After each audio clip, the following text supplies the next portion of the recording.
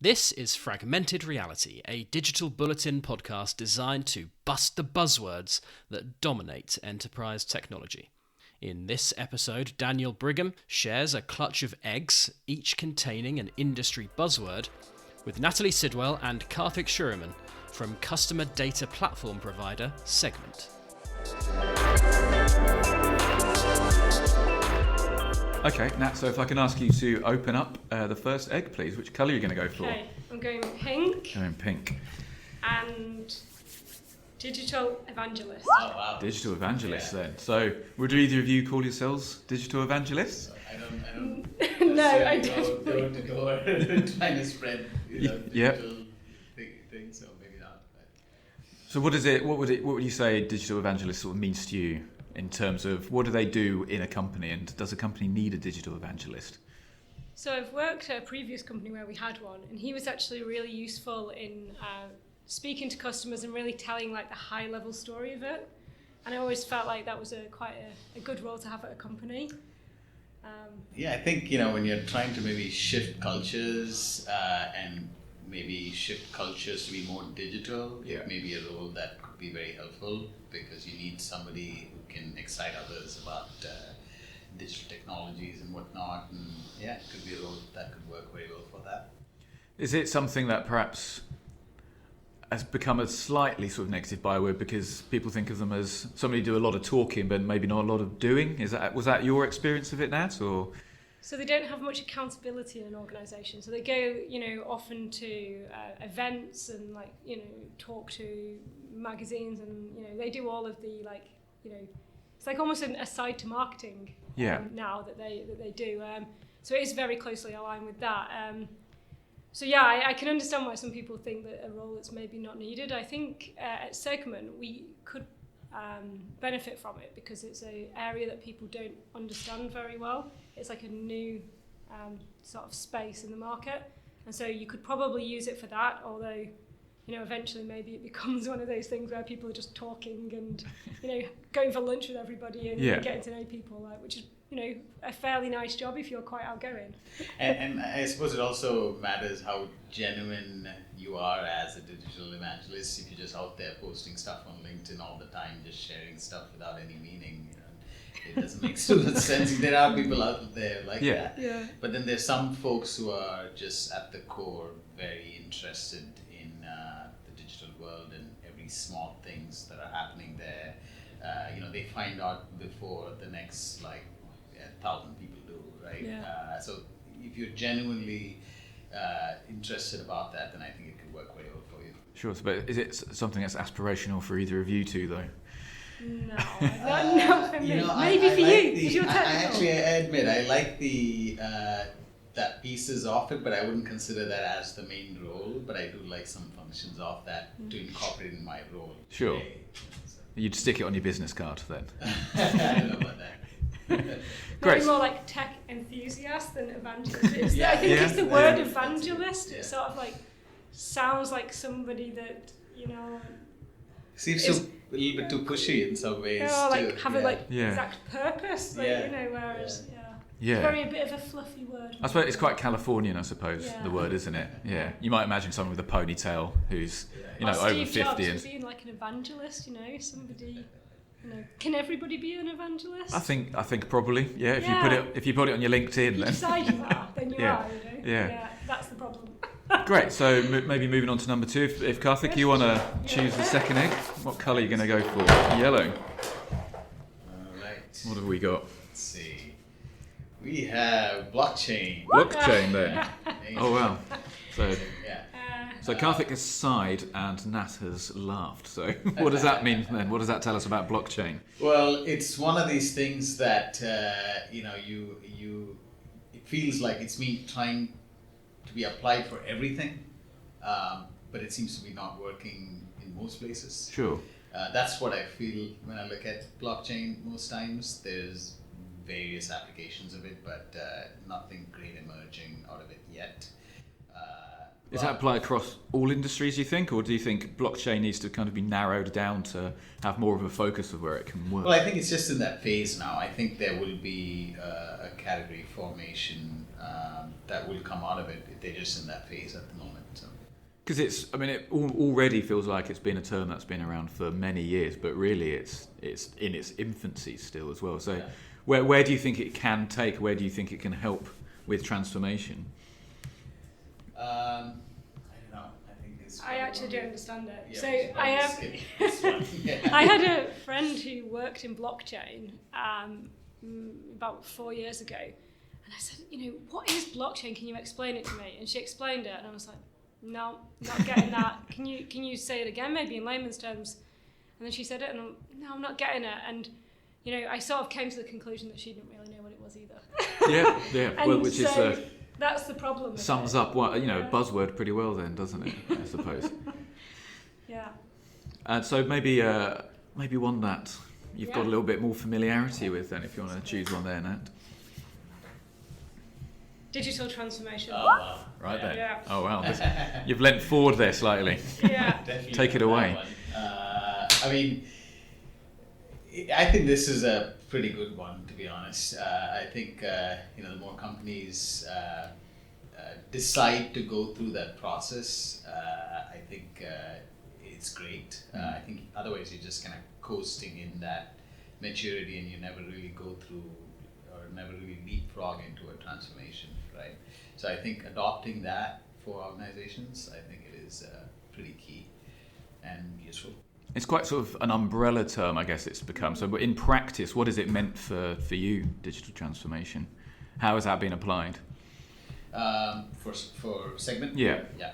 I think we allow companies to leapfrog into digital transformation. So something that would otherwise take companies much longer to go through, we allow them to kind of catapult into that. Yeah, I think the same. Most of the companies that I've worked at have benefited from digital transformation, and segment is exactly the same. So I think this is a buzzword that does have a lot of meaning underneath it, actually. A lot of people say that they are doing digital transformation at the start, and that means like something different to every single person. So I don't think that you can hear it and know exactly what they're doing and what they mean by that. Yeah. You have to like dig in. But once you dig in, there are some like flavors of it that are very similar, almost to every org. And also, if you think about it, how long has the internet been around, right? A couple of decades, right? But how long have these businesses been around? Multiple decades, centuries even, right? So if you look at their lifespan, the digital piece is very small, and they're just at the beginning of it. So yes, they do need to transform from being this older, century-old organization into what's been happening the last couple of decades, and you do need to go through that process in order to do that. I think that's a good point. I think transform gives you the impression that something is completely different. And I actually think that, your point is really good there about the lifespan of a company, because if you transform something, it's totally different from what it was before. And I think that that's the direction companies are going in. Yeah, and obviously it's a cultural shift as well. So what sort of challenges are involved in in the transformation? What have you come across that are sort of those sort of key challenges? I think it's getting everybody aligned to what do we mean at this organisation by transformation, and then do we have the skills, the people, and the rest of it to do it? Because I see when you buy technology, it's like technology, people, process. So did we buy the right technology? Do we have the right process to implement it? And then do we have the right people to take it on its journey? And I think a lot of companies think about digital transformation mainly as technology, and they forget about the people and the process. So once they forget about the process, they've put a piece of technology and it looks fine for the moment, and then in a year's time it's not fit for purpose anymore because nobody wrote down how to implement it, nobody wrote down any rules that they're going to use. And then in terms of the people and the skills, they didn't necessarily think about, are the people that we have right now the sort of skills that we will need in 2 years' time, and what does that look like? So I think those sometimes can be the misfits with a transformation. And I feel like whether you are transforming as a company digitally or not, your customers will transform. They've already transformed, right? They're going to pick up the phone and look for your app. If you're not there, they're going to go to a different provider. Yeah. So they've transformed already. So you kind of have to play catch up, but a better way to do it is be ahead of them, wherein you can actually be the one pioneering the various sort of digital products and whatnot that customers can adopt, rather than playing catch up all the time. Sure. Okay. Let's move on to maybe a different colour this time. Let's go green. Green egg. Oh, sorry. You can read it out. Yeah. I picked for you. Agile. Agile then. A big one this. Agile is an excuse to do everything really poorly. I'm just kidding. But I think it's quite a controversial one actually, Agile, isn't it? It takes a lot for companies to embrace it and then get it right. So, are you a fan of Agile, or are you skeptical about it? It's proven to be successful. There's no doubt about it. I think, again, it's one of those things that if you're just adopting the term but not really adopting it to the core of what it fundamentally is, then you're probably going to get it wrong. What would you say it fundamentally is then? Yeah, that's an interesting question. Honestly, I wouldn't be the expert to speak about Agile, but it is certainly a new framework that every company should experiment with and try and get right, because again, it is proven to be successful. And I guess, does it help to embrace change as well, Agile? It sort of adds those sort of perimeters you can work within, has a little bit of leeway to fail even, which is where it can become unsuccessful, but does it sort of promote sort of change as well? Well, I think if you maybe adopt it correctly, yes. The previous company I worked at, there was a lot of implementation at the application layer. So that's the first part where people change and say, we're going agile. And then when you got under the covers, they were talking about agile, but their project was in a waterfall project. Right. So they weren't doing agile at all. They were just, saying they are and then actually doing something else. Because that's a comfortable way of working for them, and maybe they feel out of control sometimes with many things happening at the same point, or they're not set up for actually everything to happen at the same time to a degree. So, they talked about agile and then they did waterfall. And then I think that has a link in some ways to DevOps. Yeah. In the way that people talk about, we're doing DevOps. And then when you actually speak to people, the devs never wanted to do the operations role. And, I worked for a monitoring company, so they would say, yeah, we're doing DevOps. Well, what about monitoring? I'm not going to do the support side of it. Yeah. But I thought you were doing DevOps. And they're like, nah. Half-hearted. Yeah. So I think that's the kind of thing that happens sometimes. If people are fundamentally strong in one skill set area, you're trying to sort of adapt them into something else that they don't have much interest in. Can you ever really be successful with that? Yeah. So kind of it moves away slightly from people's skill sets as well, which for a long time people have said you should empower people to work within their skill sets, and now they're suddenly being asked to work sort of across other skill sets as well. Yeah. Great. Okay. Let's crack into another egg then, please. What colour? You pick. Let's go blue. Blue. Blue. Customer centricity. Right then. Customer centricity. Definitely one we love. And customers love. Yep. And everybody says they're doing. Yes, but then when you interact with a brand and the experience is really poor, they don't always fix it. And I have a personal example. I booked a hotel and I booked the wrong hotel by mistake, and it didn't have parking. So I called up this particular provider and I said, I need to switch the hotel. And basically ended up on a support call where I was coordinating the call, saying, right, you call this person and conference me in and I'm going to explain the situation, because they had explained it poorly. Right, yeah. And therefore they were like, no, we can't do it. And then in the end of the call, which took 45 minutes, the call handler agent was like, hey, is there anything else I can help you with? I was like, no, actually, is there anything I can help you with? And they thought that was customer centric, they're helping me. I'm like, no, you just took 45 minutes of my day to do something that should have taken 2. Sure. So everyone wants to say they're putting customers first, but how do you kind of implement that culture where that is not just box ticking exercise, but it's something that's at the core of your business? I think it's how you hire people. You either hire people that are like that or they're not. Yeah. I fundamentally believe you can't force people to be interested in other people and to have that almost caring side of your nature. So if you don't want to do a role like that, then you probably shouldn't. However, it has to come from the hiring of a company, because if they don't have, ways to like test that in the hiring process, they're going to hire people who say, yeah, I'm customer centric, and then every time they get an email that they can't be bothered to reply to, they delete it or they don't. And so then it falls down, and I think you're as bad as your lowest common denominator in that space.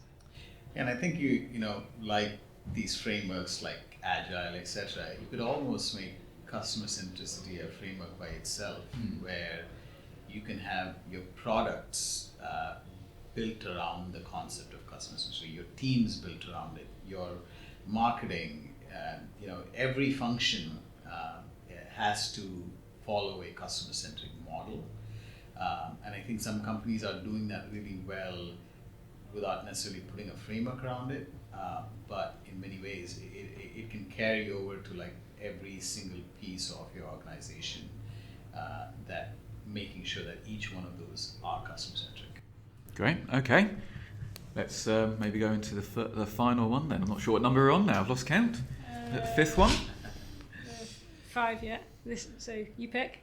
Go with pink. Let's finish with a pink.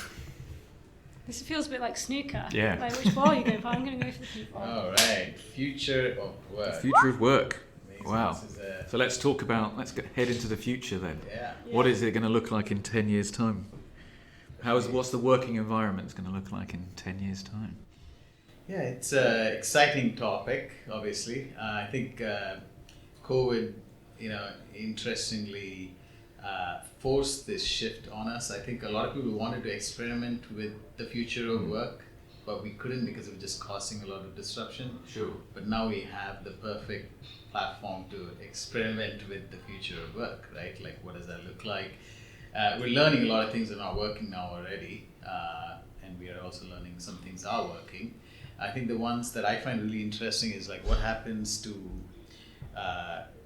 geographically, what happens to cities? Are they even as important anymore? Yeah.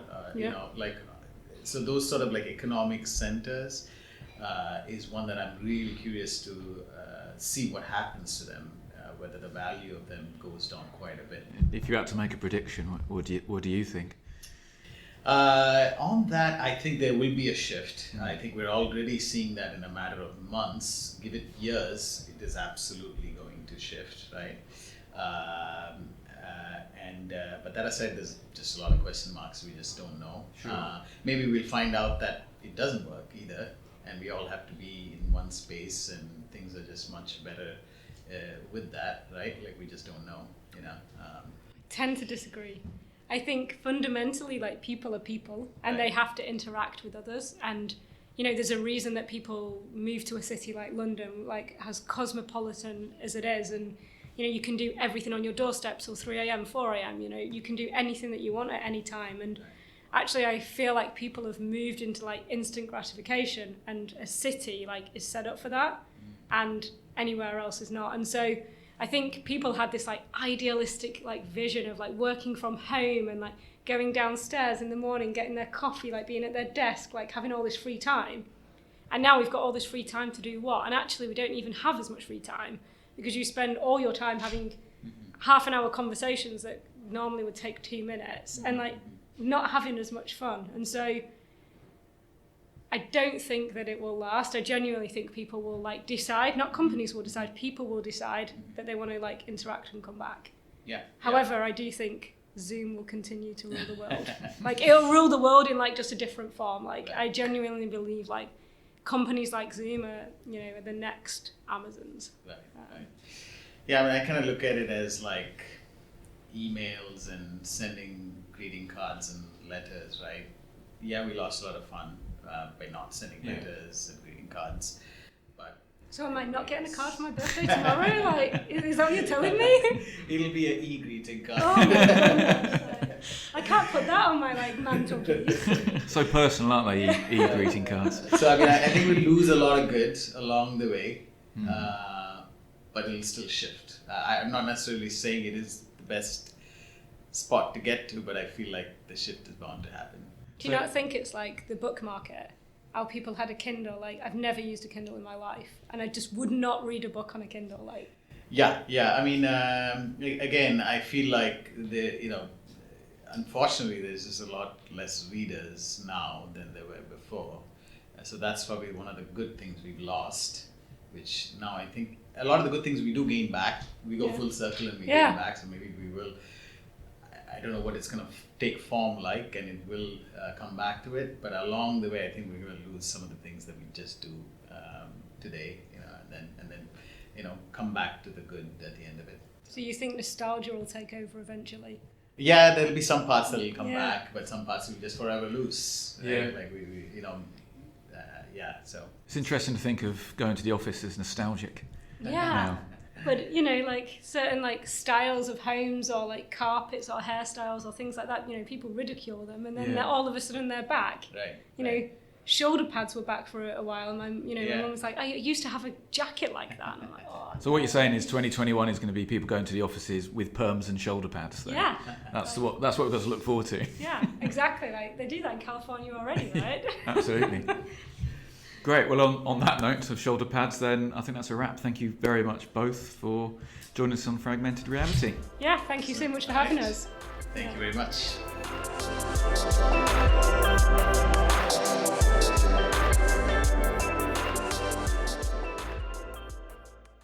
Power up your day with the Bulletin Brief, the latest news, insights and opinion delivered straight to your inbox.